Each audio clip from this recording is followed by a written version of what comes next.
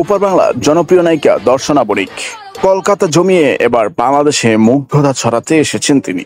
এবারের ঈদে হঠাৎ করেই মুক্তি পাচ্ছে তার অনেক আগের সিনেমা অন্তরাত্মা, যেটিতে তিনি অভিনয় করেছেন মেগাস্টার শাকিব খানের সঙ্গে।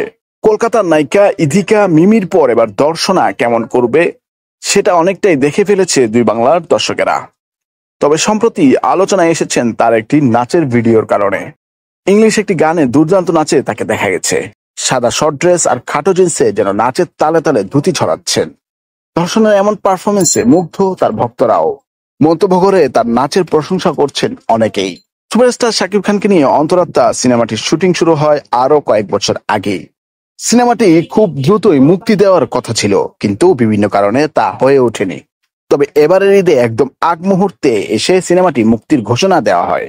সিনেমাটিতে শাকিব খানের বিপরীতে অভিনয় করেছেন কলকাতার দর্শনা বণিক।